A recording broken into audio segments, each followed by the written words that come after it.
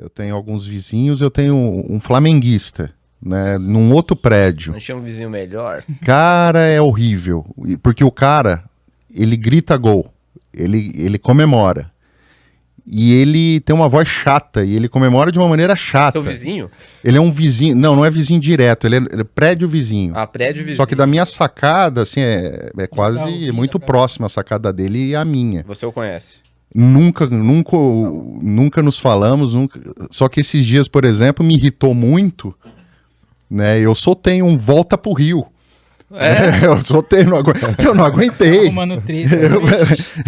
Eu gritei, mesma altura que ele gritou gol, eu gritei também, volta pro Rio. Ouviu? Ele respondeu de volta? Não falou nada, né? Não falou nada. Mas acontece, tem 3 prédios junto do meu, então são 4 prédios, né, altos. 4 torres. 4 torres, né? Não é condomínio, não, mas são 4 prédios diferentes. Entendi. E então tem um São Paulino também, né? Ontem algum vizinho ficou bravo com esse São Paulino que gritou gol. E teve uma hora que ele já tinha gritado os 2 gols do São Paulo de ontem. Esse vizinho desse cara, que era do mesmo prédio, mandou um cala-boca bonito. Né? Então, prédio, um cala-boca, fica quieto, vai dormir, né? Tem de tudo. Você ouve de tudo, como tem vários torcedores de diferentes eu grito na varanda porque tem os corintianos que gritam quando sai gol do Corinthians. É isso aí. Gol do Palmeiras, eu vou e grito.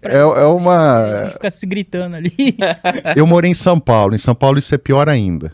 Perto de Ribeirão, em São Paulo tem muito. Nos prédios vizinhos, tem muito.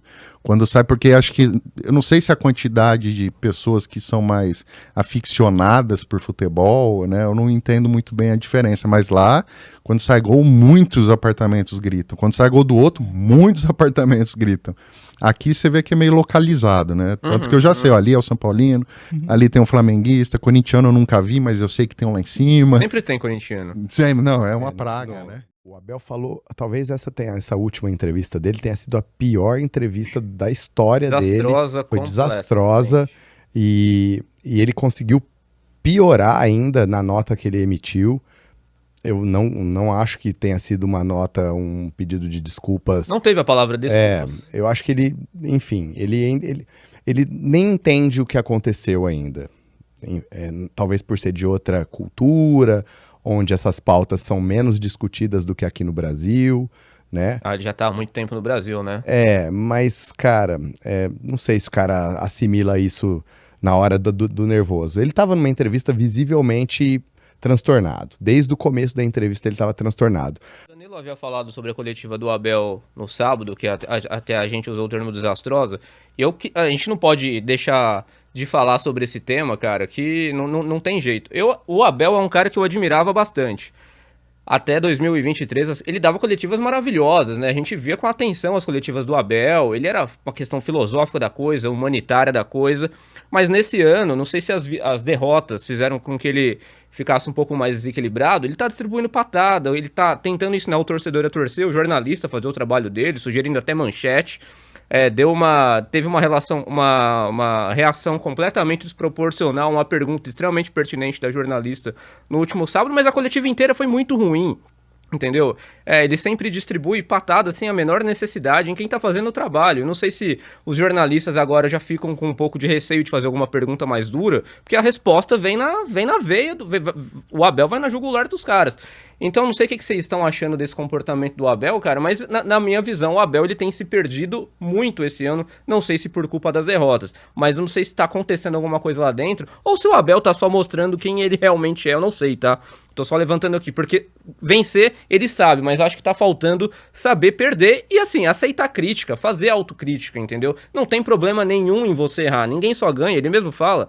Perder também faz parte, mas parece que ele não consegue saber perder de fato, de reconhecer erros e de responder as perguntas que estão sendo feitas pelos jornalistas ali, entendeu?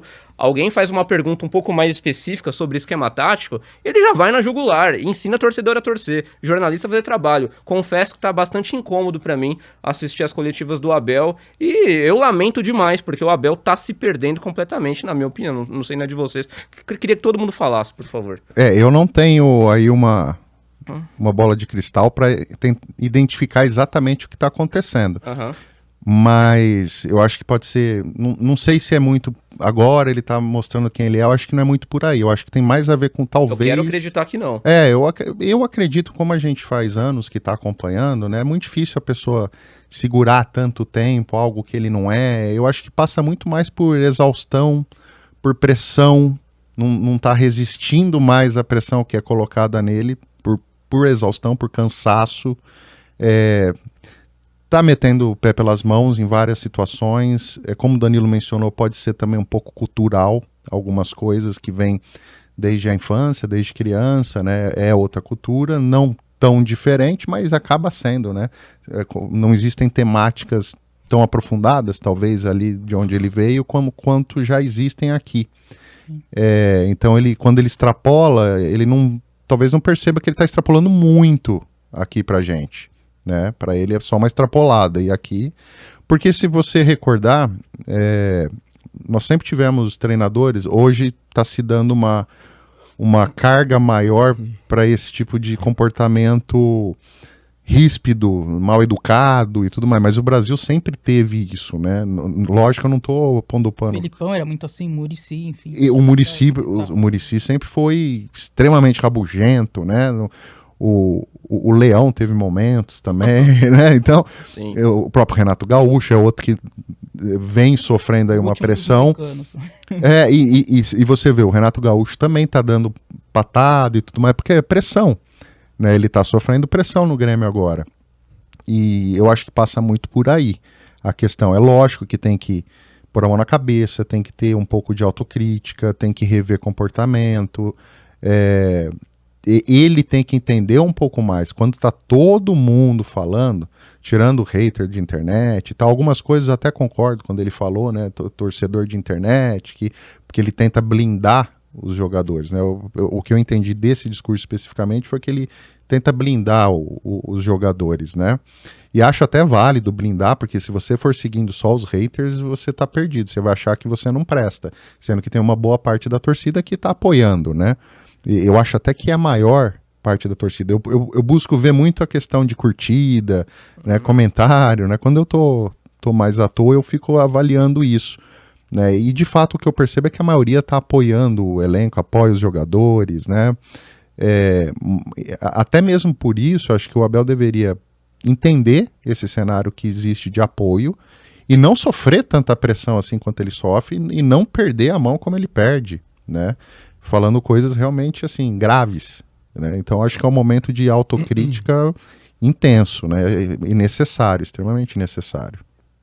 Eu acho que o Abel ele é muito abalável, é visível, o time foi aplaudido no final do jogo contra o Botafogo, foi aplaudido no final do jogo contra o Flamengo, foram as duas derrotas não, né? Mas as duas eliminações de dois campeonatos que nós queríamos muito avançar, principalmente a Libertadores, e mesmo com as eliminações o time foi aplaudido.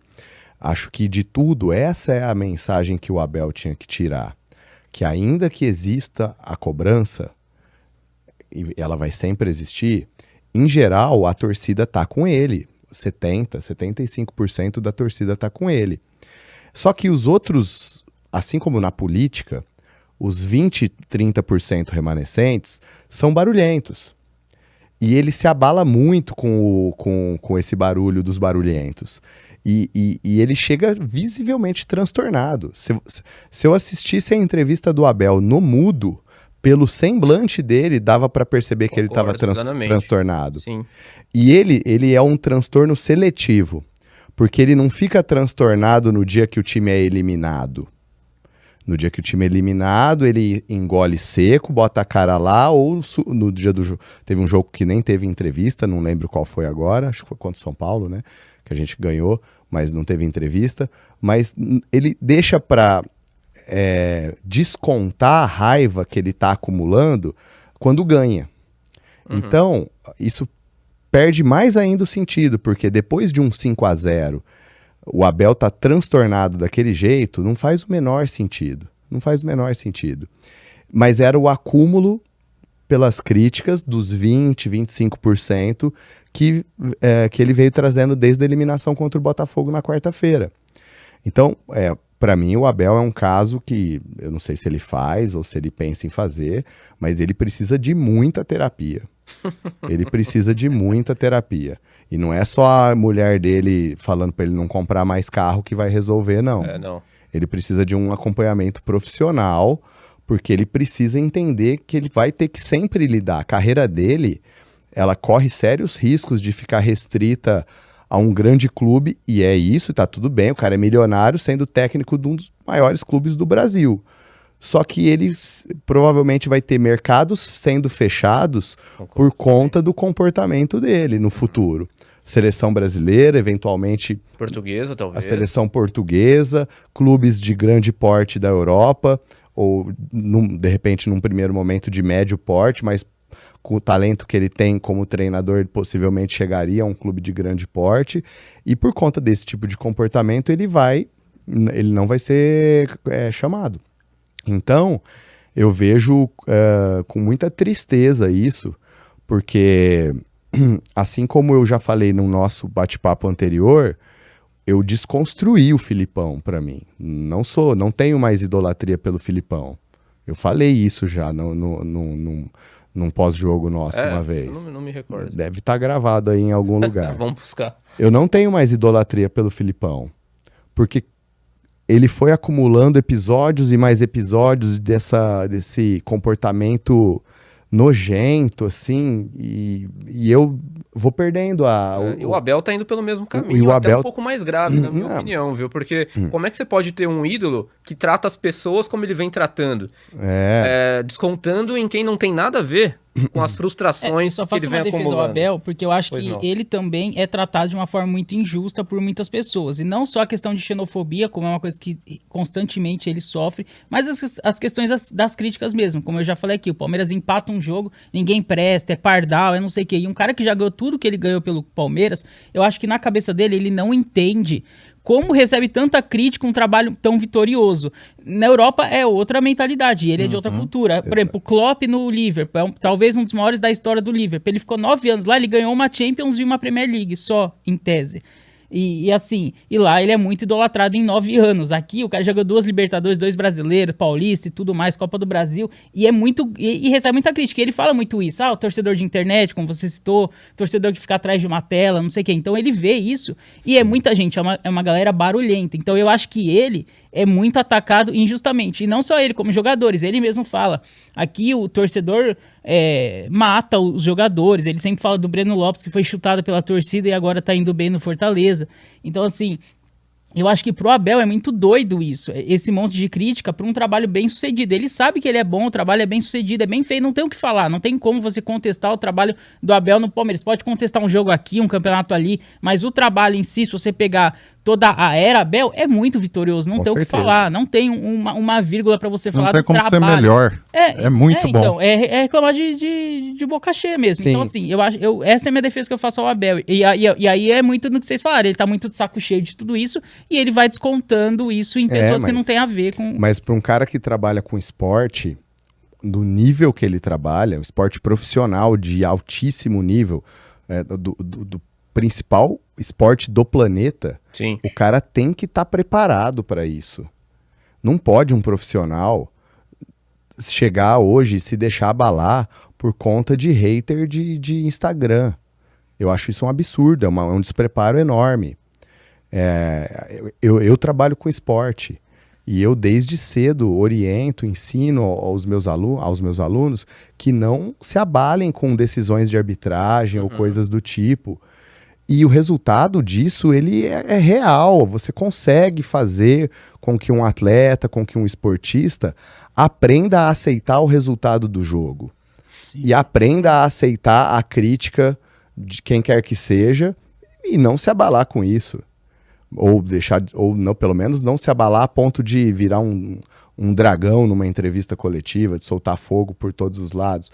Ele tá com o emocional dele muito fragilizado por um cara que é tão campeão assim. Então ele tinha que pegar em vez dele ficar olhando o copo vazio da internet, Ele tinha que olhar o copo cheio, do qual nós 4 aqui, pelo jeito, fazemos parte. Pois é. Quando eu tenho que fazer algum comentário sobre o Abel, tirando nesse episódio da coletiva de ontem, que ele foi extremamente machista com a moça lá, enfim, entre outras coisas também. Vamos ver se ele pede desculpas publicamente, porque o que aconteceu foi público. Não adianta ligar no privado e pedir desculpas ou se retratar. Diferente, mas não dá tempo de a gente discutir isso agora, mas eu não achei que foi... Só advogando um pouco, e não advogando o Abel, porque a gente critica muito de maneira direcionada vários técnicos, várias situações, só que se parar para pensar também um pouco, olhando pelo outro lado, eu acho importante fazer esse comentário, fazer essa análise, os técnicos no Brasil, e é diferente na Europa, quando você vê as entrevistas dos europeus, eles estão quase todos no limite. Muitos deles você percebe que não explode, a maioria não explode, mas está no limite. Queria explodir. E eu falo de Tite, eu falo de Renato Gaúcho, eu falo de quase todos. Luxemburgo, eu falo de quase todos os técnicos. As entrevistas do Luxemburgo no Corinthians recentemente era só patada. Você percebe que todos praticamente estão para explodir.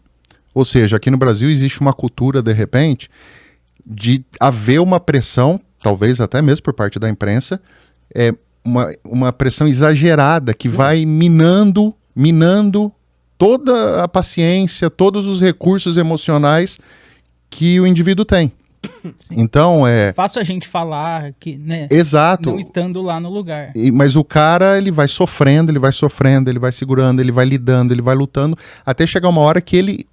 Lógico, cada um vai reagir de uma forma, que ele não tem mais recurso emocional para lidar com a situação e ele prefere chutar o balde. É um negócio complicadíssimo, mas o que eu posso sugerir humildemente pro Abel, ao invés dele ficar aqui assim, ó, meu Deus, estou sendo cancelado, o pessoal do X está me estrangulando virtualmente, faz isso aqui, ó. Desliga. Pronto. E assim, eu não sei, eu acho que o cara aqui no Brasil a pressão ela é estratosférica mesmo. É descomunal. Provavelmente muito, muito acima do que é na Europa.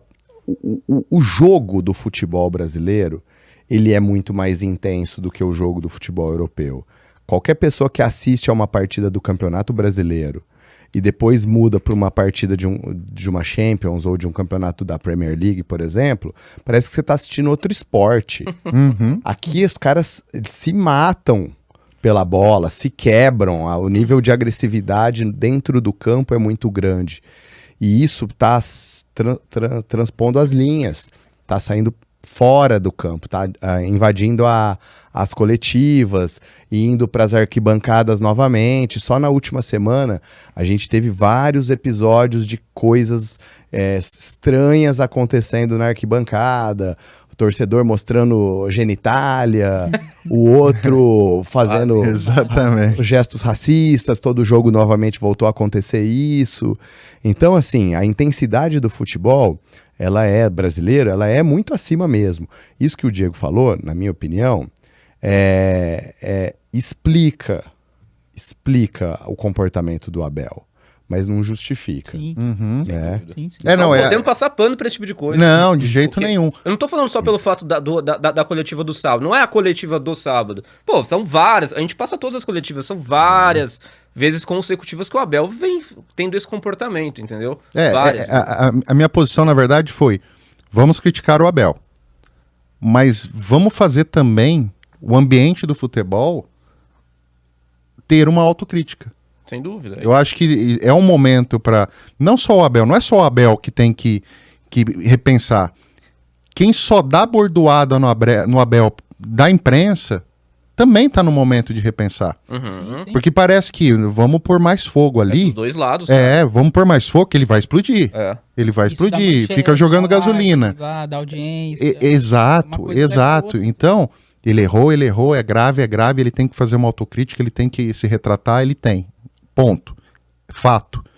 Só que vamos aproveitar o momento também para quem fica jogando combustível na situação... E fazer uma autocrítica. Também fazer uma autocrítica, de falar, eu não coopero, né? Eu não coopero com nada, eu fico minando. A ponto de estourar no futebol brasileiro. Por isso, não é só o Abel. Todos os treinadores, quando eles vão, especialmente em derrota, né? Lógico, já deixa mais de cabeça quente. Só que quando eles se deparam com a imprensa na coletiva, todos estão estafados. Todos estão de saco cheio. Cuca era um desses também, né? A gente falou, citamos alguns nomes, o Cuca era um desses também, tava sempre por aqui, ó, quase explodindo. E se parar para pensar e pegando todos os nomes, todos têm momentos assim que estão a mil, e temporadas. Você percebe que às vezes são entrevistas consecutivas, porque o cara não tá aguentando aquilo. Normalmente os de início de carreira são mais calmos. Os mais novos. O cara vai ficando mais velho, ele não vai tendo mais paciência para as mesmas coisas, né? E são muitas entrevistas coletivas, são muitas obrigações. O Abel tá novo. Ainda tem muito título para ganhar. Claro, sem dúvida. Só queria deixar registrado que o Estevão é muito melhor que o Hendrick, isso já é fato consumado. O Estevão é muito melhor que o Hendrick. Calma. Eu só acho que são posições diferentes, funções diferentes e talentos diferentes. Mas os dois são muito bons e os dois serão titulares na próxima Copa do Mundo. O Hendrick já fez gol na estreia no Real Madrid, pô. Tem isso, tem isso. Eu acho que o Hendrick ainda é mais diferente, mas não sei, é cedo ainda pra falar. É cedo ou tarde demais pra dizer adeus. Vou dar um corte pra vocês. Boa, pra finalizar, vai dar um melhor corte. Equipe de corte no final. O Estevão, deixa eu olhar pra câmera, é aquela aqui, ali? Sim, senhor. O Estevão é o melhor jogador desde o Denner. Meu Deus, que isso? que é isso? Tá tomando água e o cara falou um negócio desse. Ó, vocês tomaram água durante o episódio, mas vão levar uma garrafa do nosso apoiador aqui, hein? Da Invicta. Depois vocês dão feedback pra ver se é bom. Eu preciso refletir a respeito do assunto.